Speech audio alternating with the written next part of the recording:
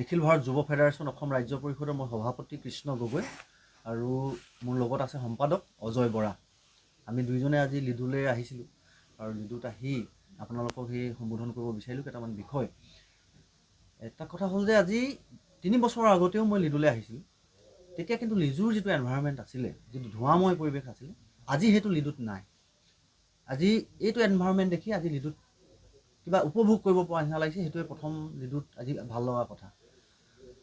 আমি নিখিল ভাৰত যুৱ ফেডাৰেশ্যনে যে এনভাইৰনমেণ্ট ৰিলেটেড বিষয়বোৰ অসম চৰকাৰ বা ভাৰত চৰকাৰে গুৰুত্ব দিব লাগিব আৰু এই পাটকাই যি ৰেঞ্জ এইটো আমি ৰক্ষা কৰিব লাগিব। সেইটো হ'ল এই সময়ত পৃথিৱীত গোটেই পৃথিৱী জুৰি যি এনভাইৰনমেণ্টেল আন্দোলন চলি আছে সেইটোত আমি জড়িত হ'ব লাগিব, আমি এইখিনি ৰক্ষা কৰিব লাগিব।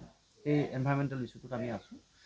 আৰু অসমৰ 6 জনগোষ্ঠী জনজাতিকৰণটো এটা ৰাজনৈতিক বিষয় আৰু এইটো ৰাজনৈতিকভাৱে অতি সোনকালে আমি সমাধান হোৱাটো আমি বিচাৰোঁ।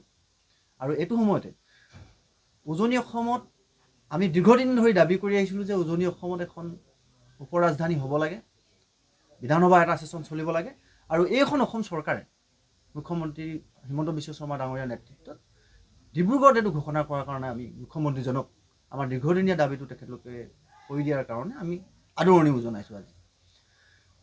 আৰু আজি লিডুত পোৱা ক'বলগীয়া কথাটো হ'ল যে দ্বিতীয় মহাসমৰৰ এইখন আটাইতকৈ এটা গুৰুত্বপূৰ্ণ ঠাই আছিল। লিডুত এয়াৰপৰ্ট আছিল, লিডুত ষ্টিলৱেল পথটো ইয়াৰ পৰা আৰম্ভ হৈছিল। এই লুক ইষ্ট পলিচি বুলি চৰকাৰে যিটো কথা কৈ থাকে, আমি ইয়াৰ পৰা নিখিল ভাৰত যুৱ ফেডাৰেশ্যনে আমি দাবী জনাওঁ যে এই লুক ইষ্ট পলিচি কৈ থাকিলে নহ'ব।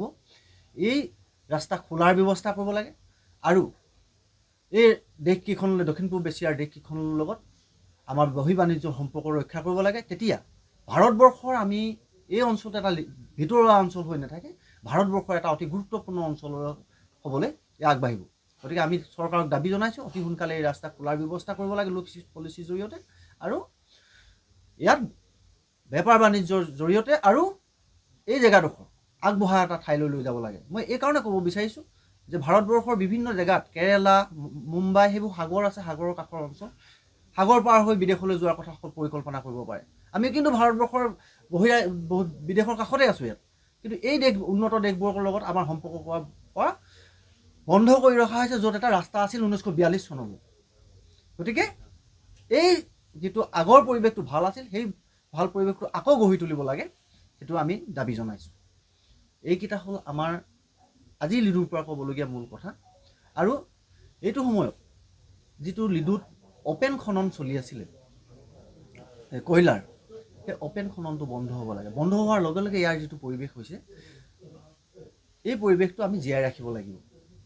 কেৱল পৃথিৱীত কয়লাই এনাৰ্জি নহয়, কয়লাৰ উপৰিও বহু এনাৰ্জি আহিছে, এতিয়া নতুন নতুন এনাৰ্জি আহিছে। কয়লাৰ নামত যদি গোটেই পাটকাই ৰেঞ্জটো ধ্বংস কৰি পেলোৱা হয়, গোটেই পাটকাই ৰেঞ্জটো যদি ধ্বংস হৈ যায়, তেতিয়াহ'লে ইয়াৰ পাৰিপাৰ্শ্বিকতাৰ কোনো, আৰু এই লিডুৰ যিটো চিনাকি বা এই অঞ্চলটো উজনি অসমৰ যিটো চিনাকি ঠাই, এই চিনাকিটো নাইকিয়া হৈ যাব। যাৰ কাৰণে কয়লা খননৰ নামত, তেল খননৰ নামত ইয়াত দিহিং পাটকাই ৰিজাৰ্ভৰ এনেকুৱা জেগাত ভৰাই দিয়া হৈছে য'ত দেওৰাজা আহে। অসমত দেওৰাজা নহাই হ'ল। দেওৰাজাটো এনেকুৱা এটা প্ৰাণী যে মানুহৰ শব্দৰ পৰা বহু আঁতৰত সেই দেওৰাজাবিলাক থাকে। সেই দেওৰাজা আহিব য'ত পৰে, তাত অইল খনন কামটো চলাই আছে, তাত পাটকাই ৰিজাৰ্ভ ফৰেষ্টৰ পৰা আঁতৰাই দেখুওৱা হৈছে। এই যিবোৰ অনিয়ম চলি আছে, এইবোৰ বন্ধ হ'ব লাগে। অসমৰ এটাই জেগা এতিয়া বাচি আছে উজনি অসমৰ এই অঞ্চলটো, এতিয়াও পাৰিপাৰ্শ্বিকভাৱে আগবঢ়াই নিব পৰা বা সম্ভাৱনা থকা ঠাই। গতিকে ইয়াক আমি ৰক্ষা কৰিব লাগে, সেই আন্দোলনত সকলোৱে ভৰ্তি হ'ব লাগে, এই আহ্বান ৰাখিছোঁ। মোটামুটি ইমানখিনিয়ে কথা। ধন্যবাদ। যিকোনো খবৰৰ বাবে যোগাযোগ কৰক 7099017330 লগতে 7099017110 নম্বৰত।